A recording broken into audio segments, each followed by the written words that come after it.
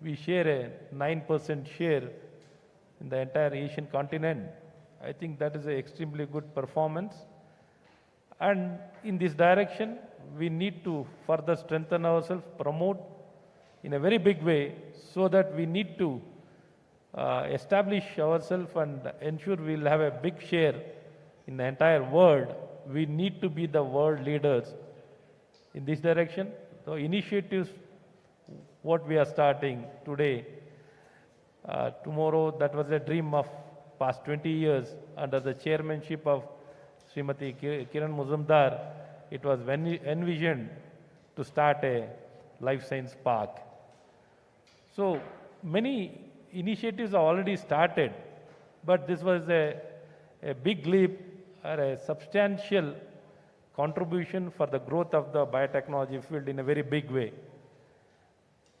So in this direction, since the discussion is on the life science park, the strength of Bengaluru, Karnataka, the percentage of share, the number of companies, 360 companies are there, 200 startups are there, and we have a market share of more than 38% in country, 9% in Asia, 1/3 exports. Many good factors, many good things are there. And we have more than 34 institutions in city of Bangalore itself and across state. So these institutions have been doing extremely good job. And we have large industries like Biocon, Synergen, and Mansato. Many companies are based in Bengaluru, who are the leaders across the world, and Institute of National Importance. Many institutions have been started by Government of India and Government of Karnataka. In this direction, a life-size park where international standard facility for incubating, equipment, common equipment facility, laboratories, common facilities, computing center, and convergence of IT and BT also is happening in this center in a very big way.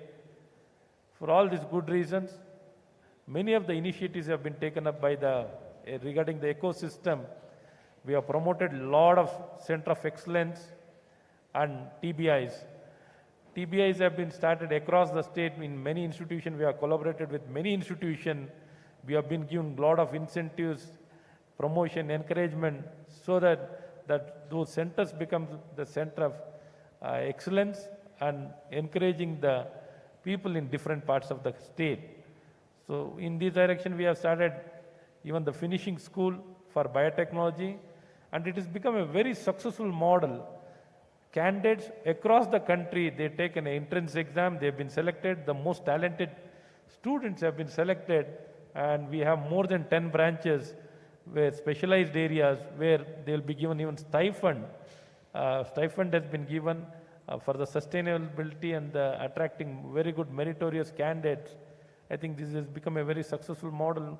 Many initiatives we have taken up, and many more to be in the pipeline. With all of your suggestions and whatever suggestion comes out of this panel discussion or the webinar, we'll take up all the suggestion and we'll take it forward. And tomorrow, the foundation what we are laying for the Bengaluru Life Science Park, it will be the biggest game changer. I think it will change and it will make a huge impact across the world, and it will catch the attention.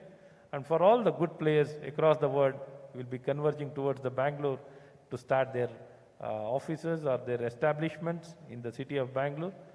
And this occasion, I would like to extend my warm greetings to all the panelists, all the dignitaries along with me, the presence of dignitaries, our ACS, Dr. Raman Reddy, Mr. Vishwanath, Political Secretary to Honorable CM, and Director Srimati Meena Nagaraj, and Mr. Chirag, the Director of the Bengaluru Life Science Park, and all other dignitaries have joined this along with me in this panel discussion. I wish all the best to all the panelists to come out with your excellent ideas and suggestions. This will go a long way in strengthening the biotechnology field. Thank you.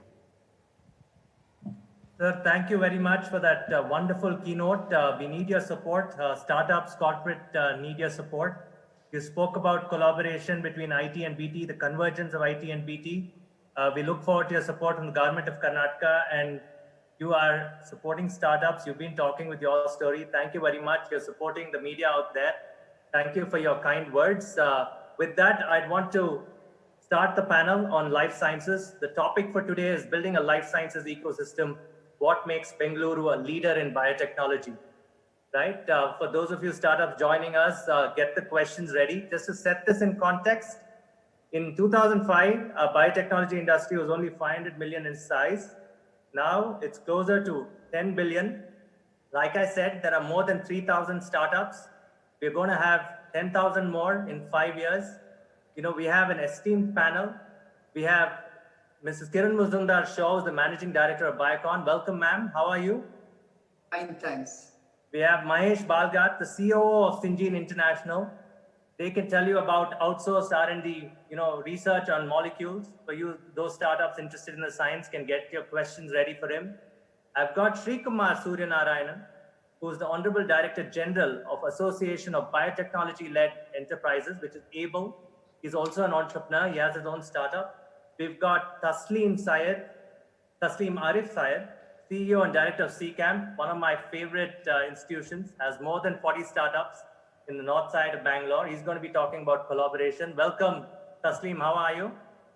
Thank you, Vishal. Doing well. And I've got Vijay Chandru, who's the co-founder and director of Strand Life Sciences, a legendary company, as you all know, for those of you who tracked biotechnology. How are you people? How's the COVID treating you? All of us this is the new normal, it looks like. We're going through video conferences. It's consuming so many bytes of data like this. Ma'am, I want to start with you. How have you been? And you've always been talking about increasing investments for biotechnology to foster innovation. You've always compared our country to Korea. Being a smaller country, they've done so much in biotechnology. I'd like you to give us some feedback on comparing the global vision on how biotechnology is shaped by each of these countries in the West and the East, and how India can actually be a leader. Because I've been following you, and you said we have incubators, we have the talent, but we need to go forward very fast this decade. And the COVID-19 situation has actually led us to a very nice place to innovate faster. Yes, thank you, Vishal.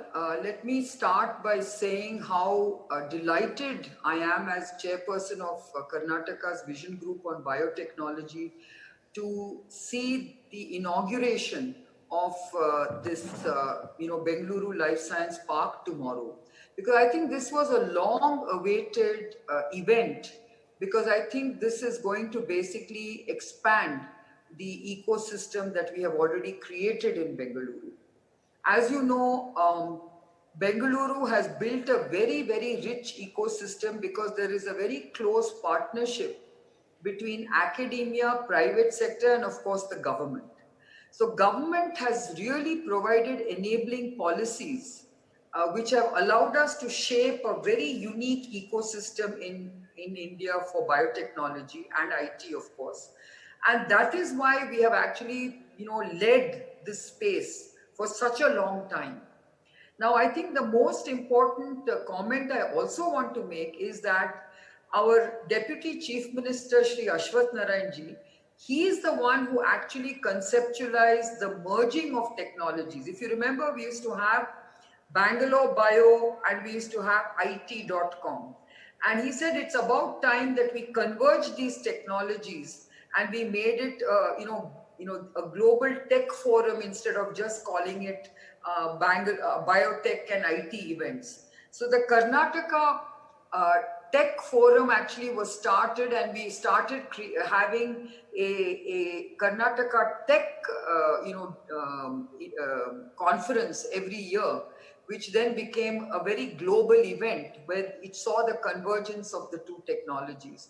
So the Bengaluru Technology Forum is a very, very important convergence of these technologies, and it's a very timely event, because this again is now being reflected in the Bengaluru Life Science Park, where we want these technologies to converge. Now, what COVID actually has forced us into thinking is, how do we leverage all that we have created? And Tasleem here, of course, is the head of CCAM, which has been recognized as the most important and successful incubator in life sciences. And what we have done as a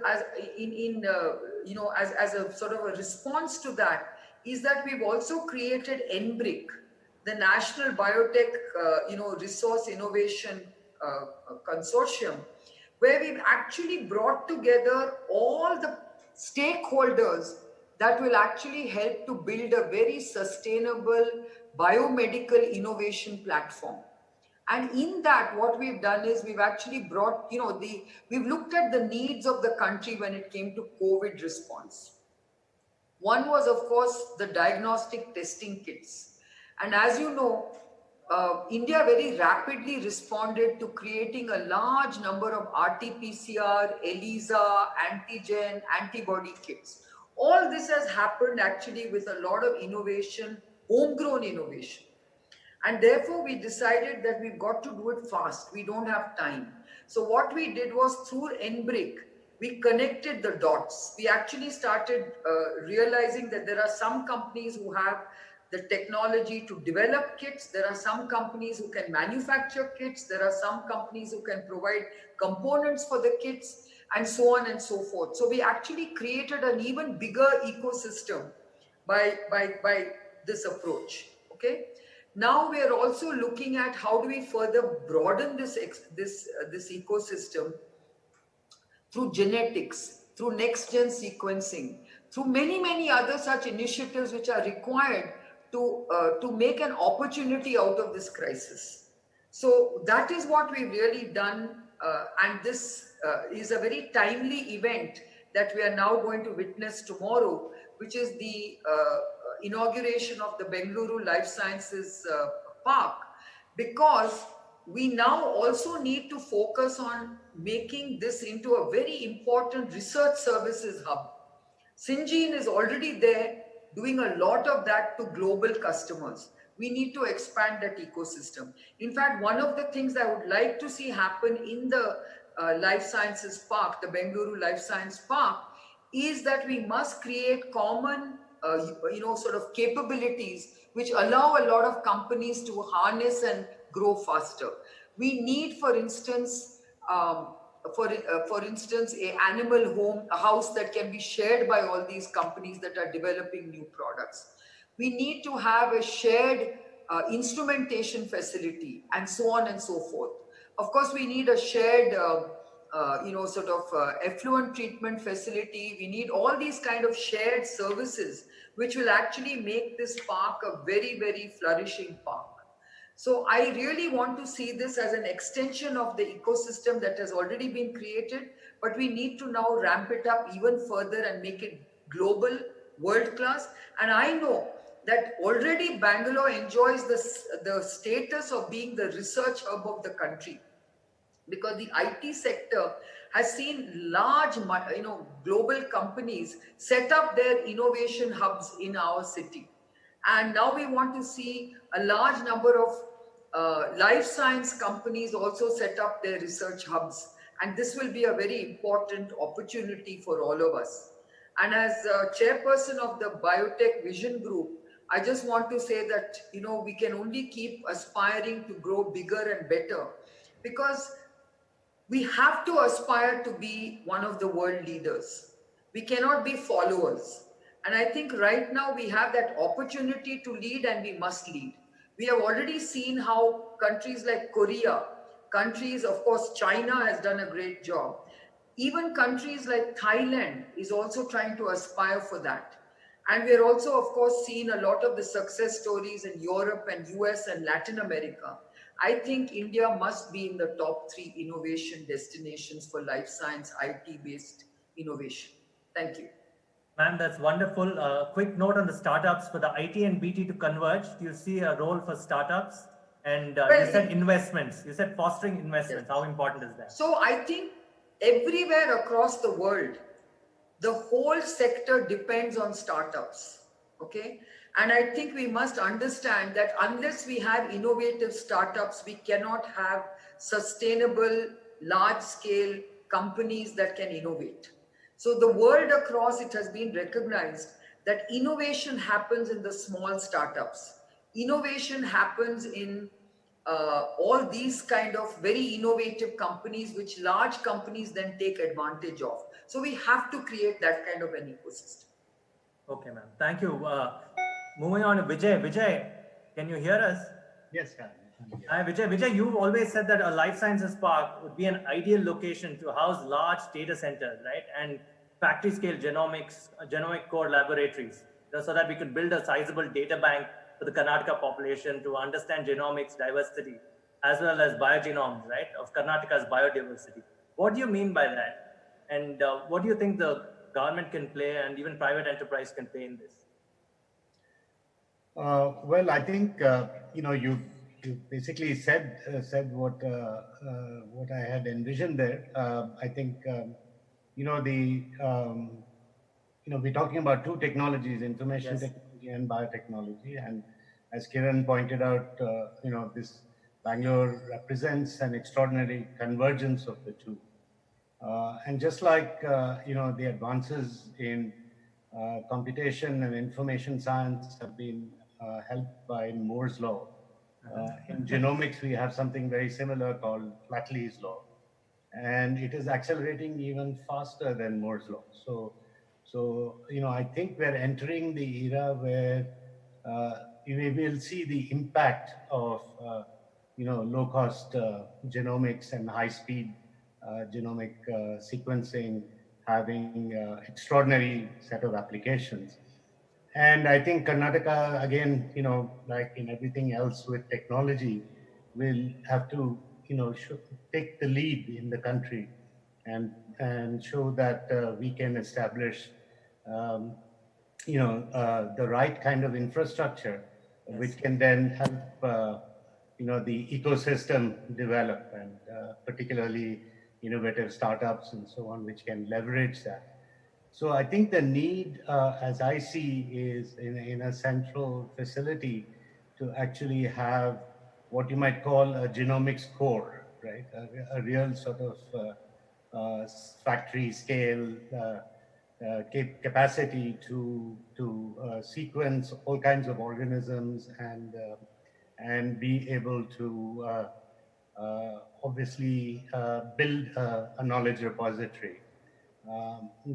And I think that, of course, human health is very important. Also, we see in the COVID crisis, for example, how extraordinary genomics has been in very early in the crisis to be able to sequence the pathogen and understand from that sequence how to build these RT-PCR kits, which could then lead to the diagnostics.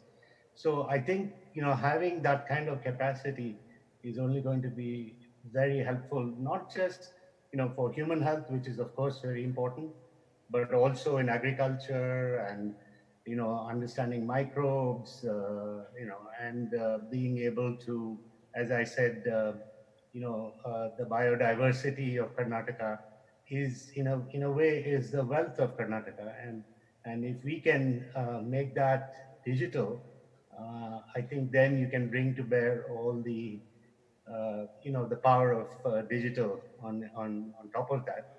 The Life Sciences Park is going to be located very interestingly in the proximity of the whole information technology ecosystem of Bangalore. So that's another reason why I think it'll be a great location, not just to have these genomic sequencing centers, but also to build the data centers, which could then become a central repository of the data that gets generated from these sequencers, and then and that become accessible, because today the new normal is anyway to work through through the internet and through connectivity. And I think so it will benefit not just in Bangalore, but in fact it can benefit people all over the state, the country, and internationally. Okay. Vijay, you said going digital means, we probably have convergence of health records, medical imaging, health registries, right? That is very important because without that, the innovation ecosystem won't take off, the convergence, right? What are the possibilities that you see once this convergence happens? How soon will this convergence happen? Well, I think the convergence is already happening. I think, today, if you talk about healthcare, the words AI show up very quickly. I think that convergence, is happening. For example, today, even with the COVID crisis, your ability to look at X-rays or CT images, be able to annotate those and learn from those. And in some sense, it's also leading to how the clinicians are responding to that kind of integrated view of medical images. And I think this is, there's a great opportunity to actually, and since our Deputy Chief Minister is a physician himself, I'm sure he understands this, that if he can create a medical imaging,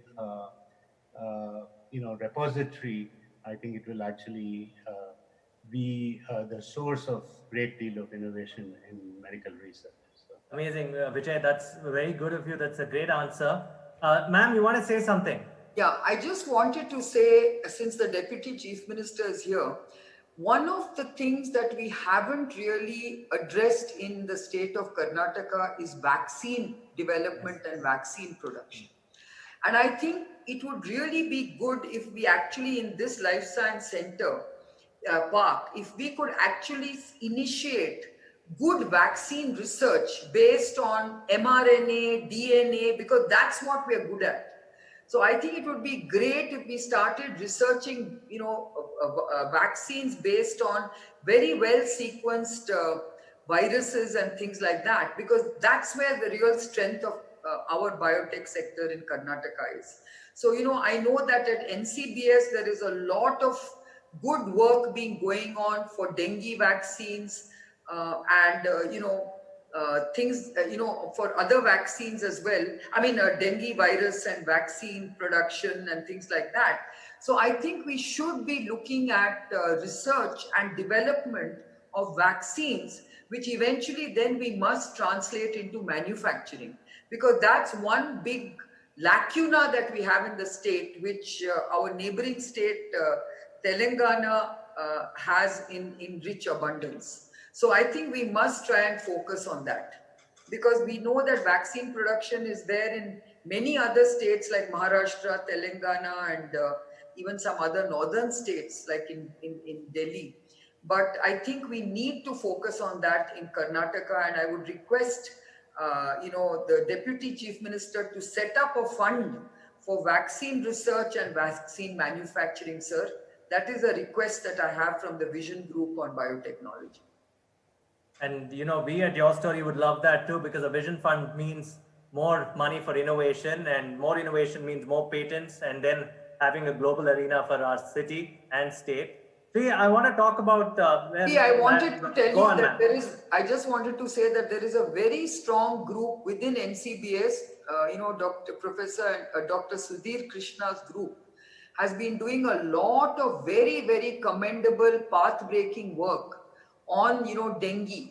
So I think we should support such issues. We should leverage that kind of work. And today is the era for mRNA and DNA vaccines. So we should really be good at that.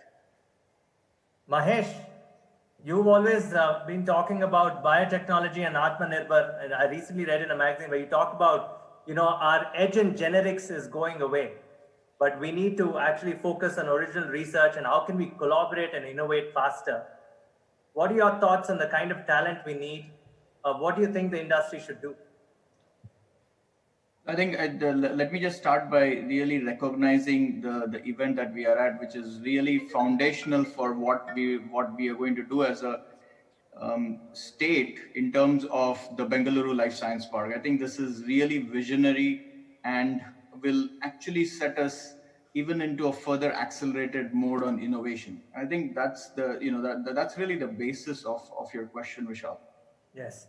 When you've been talking about biotech clusters, how they get rated and ranked in the West. perhaps do we have to look at it that way, or will Bangalore have its own story?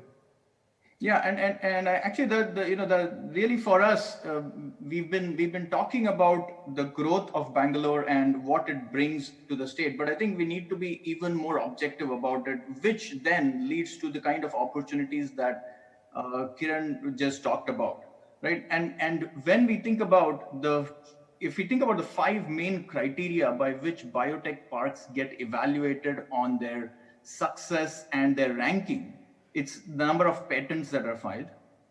It's the amount of funding and deals that happen between venture capitalists or the startups and the large companies. The government funding that comes for biotechs, and this is where the opportunity will come in again for the government to put in some money and help fund startups, fund discovery efforts, both in vaccines and diagnostics. The fourth criteria there is about lab space. How much is the lab space that is there in a given biotech park or in a given biotech cluster? And the fifth one is the growth in the life science employment. And just to give some idea of numbers of the very well-known biotech parks that we talk about in even some of the Western countries, we are today poised to beat those. For example, the growth in life science employment in 15 years in San Diego has been 52%. In Bangalore, we've beaten that number by 2 orders of magnitude. This is the kind of talent that we have. Now, it is for us to make sure we use this opportunity of the ecosystem that we've developed to further it by bringing more talent on board and by bringing the newer concepts of what we need to move towards. One of those opportunities that's going to be there for us here is with regards to moving more and more upstream. When we build on the genomics platform, the genomics basis that Bangalore started out becoming so big on, is actually the opportunity for where we can start to build databases of information, lead to much more discovery-driven efforts. And those are discovery-driven efforts for biotech drugs, those are discovery-driven efforts for diagnostics, and also the vaccine arena. Where we have the opportunity in particularly this area is with regards to looking at the shared components of data. Bangalore, as we talked about, is of course the conglomeration of both IT and BT that's happening together. We are in a data explosion phase, and this will only continue to grow based on genomics opportunities that are there. One such example where I feel Bangalore can actually get on the map with is the Global Virome project or projects of that nature. The Global Virome project is trying to use all of the basis of genomics and molecular biology to build a database of zoonotic viruses. When we have such a database of zoonotic viruses, we can be much better prepared to tackle diseases like what we are tackling today with COVID. Now, where does Bangalore come into that? Bangalore is already sitting on a wealth of information and wealth of resources that can really drive the information growth of such institutions or such opportunities or such projects that are going on globally. And so this is the opportunity that we need to really bank on. For that, apart from making sure that we are really prepared to increase our bandwidth of data management, our collaboration between the multiple universities, institutions that we have with the companies that are there, we also need to leverage the CROs and the CDMOs that are there. One specific advantage I want to talk about there is the CROs and CDMOs are better equipped to know what is happening from a discovery perspective because of the fact that we are partnering with discovery organizations all around the world. We're also better equipped to better manage resources. And when I mean resources, I'm talking about high-end equipment. I'm talking about strong infrastructure capabilities that come in, which may not be present everywhere, but this is what may be utilized by some limited companies, and therefore bring in the opportunity for better utilization, better sharing, which ultimately will lead to the development of our staff. in all of this, while we put in all of the resources to make sure we have the best facilities and the best equipment, let's also make sure that we build the ecosystem for also bringing our talent to manage this and to be able to work with this. And Okay. in that effort, in that regards, I think, we need to make sure that this hub, this life sciences park, is also seen by the growing younger population of India as the place to be for getting great experiences and building their careers. Okay. You also say that India needs to add, or Bangalore needs to add more capabilities in vaccines and diagnostics in the manufacturing space, or is it in the R&D space? I think it's both. So,